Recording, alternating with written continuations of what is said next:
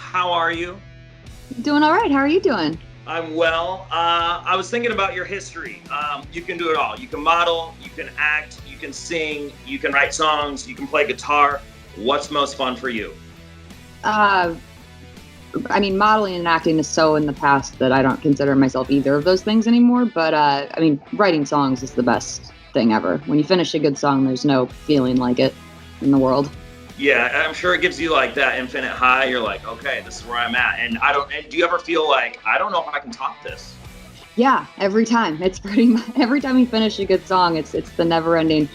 It starts with just pure elation of oh my God, this is amazing. And then about 5 seconds later, it's this utter dread of, oh no, I'm never gonna be able to do this again. But somehow you find a way.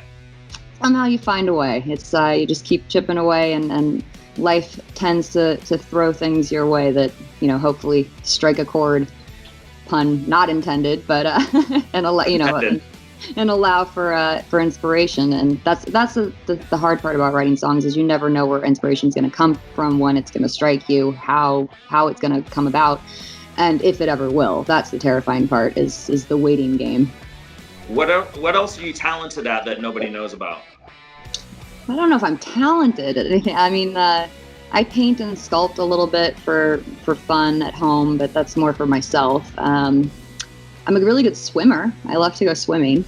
Really? Weird hidden talent.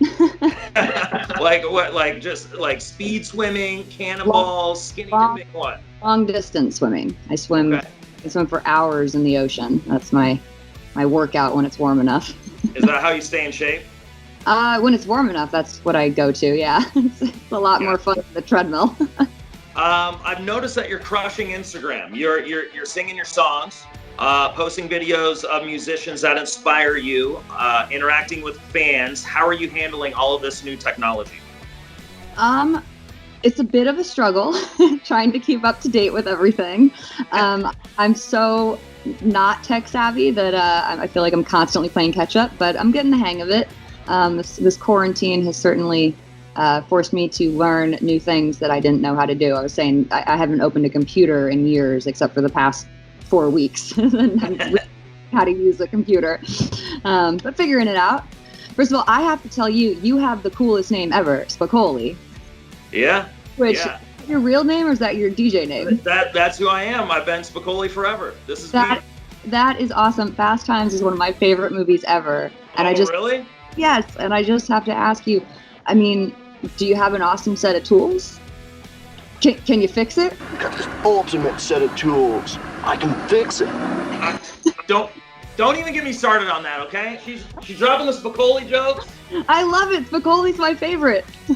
I'm gonna hang up on her. All right, so check this out. The last time we saw you in our area, it was outdoors, West Fair. It's Rockfest. It's Soundgarden, it's Papa Roach, it's Pretty Reckless. It's on Friday, May 12th, 2017. It was the day that my son was born. And we were joking on the air that Chris Cornell, Jacoby Shaddix, and Taylor Momsen were gonna help deliver my baby. And I was saying that he was born into rock and roll because what a day to be born, right? And, Great. And that was a sad day because that was like the last time like we ever saw Chris Cornell perform. Like, how did you handle that? Not great, I'll be honest. That hit me extraordinarily hard. I didn't know how to process that because we were on that tour with them and we played that last show with them in Detroit, and it hit me very, very hard. To the point where I canceled the rest of touring.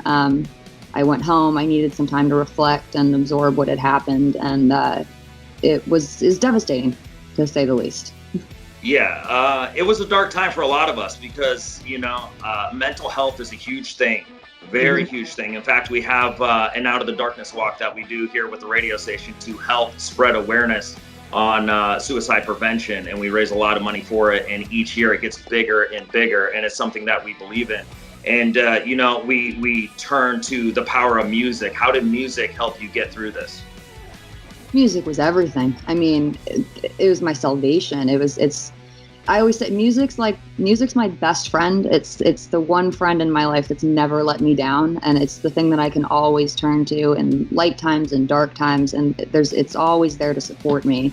And really, I mean, the writing of this new record really was the thing that pulled me out of the dark place that I was in. I mean, if it wasn't for music, I don't know if I would have made it. I know it sounds so cliche, but rock and roll saved my life, like literally. We're talking to Taylor Momsen of the Pretty Reckless here on Spicoli's Morning Fiasco on 89.7 The River. Your new song is taking flight, Death by Rock and Roll. We're playing it loud on the river. How did this come to be? A long time in the making. Death by Rock and Roll is the title track of the new record. It's very much just the tip of the iceberg. It's just the first little taste. It's the first song on the album. So I think that's pretty cool that it kind of introduces this record in almost chronological order. But it was the kind of jumping off point for this album of the line Death by Rock and Roll, and the song came together.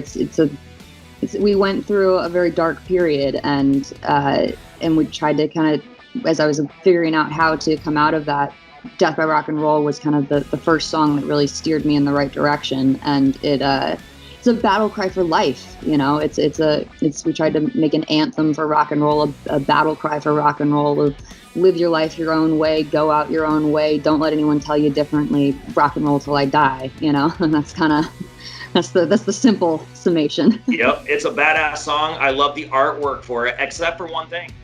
What? You're on a motorcycle. Where's your shades? There's other pictures with shades. They just haven't come out yet. Those need to come out. You let them know at the label. That's the one I want to see. I mean, I love the picture. I just need you rocking shades. All right. It's not about me and shades, but if you rock the shades, you're rocking the shades right now. You should have given me a heads up. I would have rocked my shades. That's how I do all the interviews. It's shades or die. That's how I feel. Death by Rock and Roll, shades or die for me. Death by Rock and Roll. So many people now are going to put this on their tombstone, and you're going to take credit for this, right? Well, I don't know if everyone wants to do that, but this is the first time I've been asked that. I didn't even think of that. But hey, it's your life. Death by Rock and Roll, if that's what you want to go out.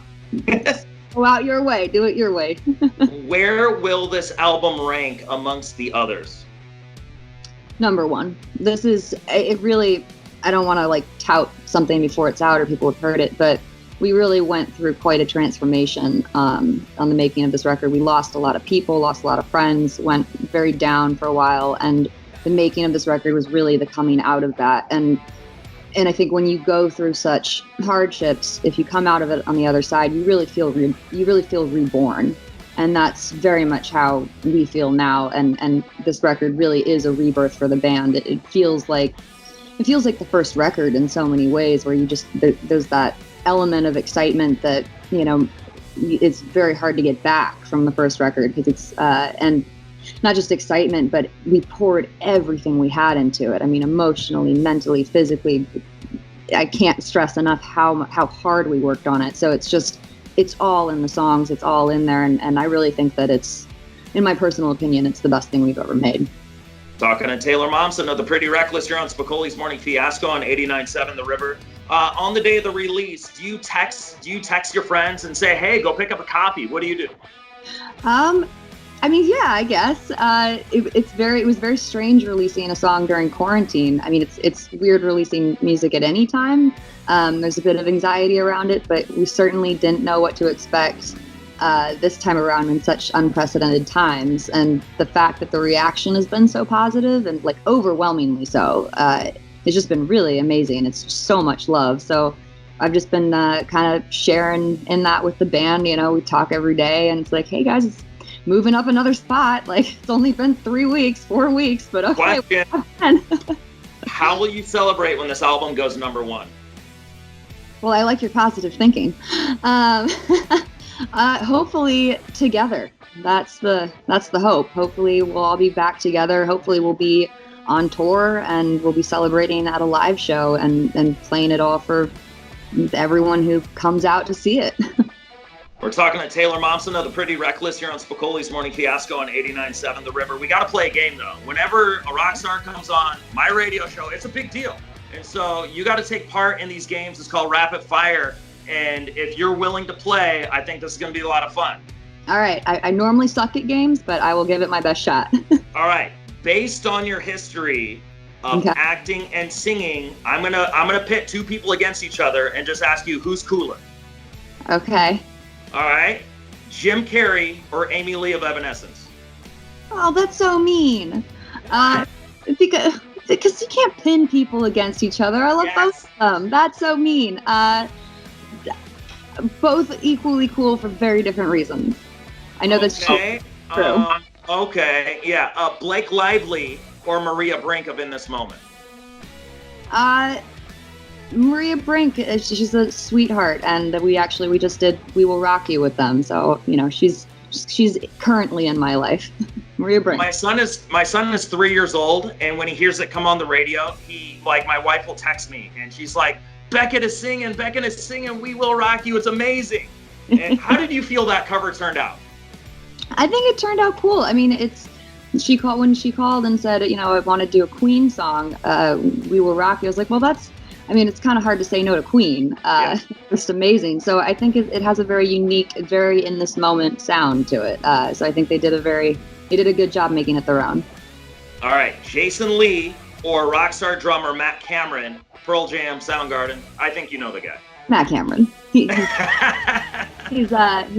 quite a good friend and obviously just amazing. Yeah, so he helped you with this new album, is that right? He did. I mean, he's him and Kim Thale of Soundgarden are on a song called Only Love Can Save Me Now, which I'm very excited for people to hear. It's one of my favorites on the record. It was a really cool experience recording it because we flew to Seattle and did it at London Bridge Studios, which was really awesome. That's where they did like Pearl Jam's 10 and Soundgarden's Hot in Love. So to get to work in a studio with those guys who made those records with so much history and creating something new it was very, very exciting and very, one of the best moments of the record. Yeah, my wife is from Washington State, and she had me go meet her family out in Seattle, and there's just a different vibe there. You feel different when going into Seattle. Did you feel that vibe? Certainly, and you feel it. I mean, I feel it every time we go through Seattle on tour, but we're always in and out so fast, and I love the history of Seattle. I mean, so much of my favorite music came from there, so to get to actually spend some time in the city for a little bit was and be a tourist almost for a minute was really nice and really great to soak up that energy because it really is a unique place. And when you find those kind of, there's very few, but when you find those music hubs, it just there's an energy in the air that you can just, it breeds inspiration, it breeds music, and you can feel it in your bones. Yeah, in Seattle, I mean, that's a hot spot. I mean, the legends that came out of Seattle, Kurt Cobain, Eddie, so many people, it's crazy. So many. Yeah. On your new album, rumor has it you work with a member of Rage Against the Machine. We do. We've got the great Tom Morello on a song called And So It. Also don't want to say too much about it because it's not out yet, but I'll say that it's when he comes in, it's undeniably awesome. It's an ass kicker? It's an ass kicker, and he's exactly what you want him to be. I mean, he's in my opinion, one of the best guitar players of all time, and he comes in and just wails. So looking forward to people to hear that one too. Taylor Momsen of The Pretty Reckless, amazing chat. I wish you nothing but the best. I can't wait to hear this brand new album. The new song is kick-ass, and you guys did a great job. Well, thank you so much. We worked really hard on it, so thank you for the support. Absolutely. All right, well, you be safe, and we'll see you soon, okay? Awesome. Thanks, you too, man. See you soon. Take care. Later.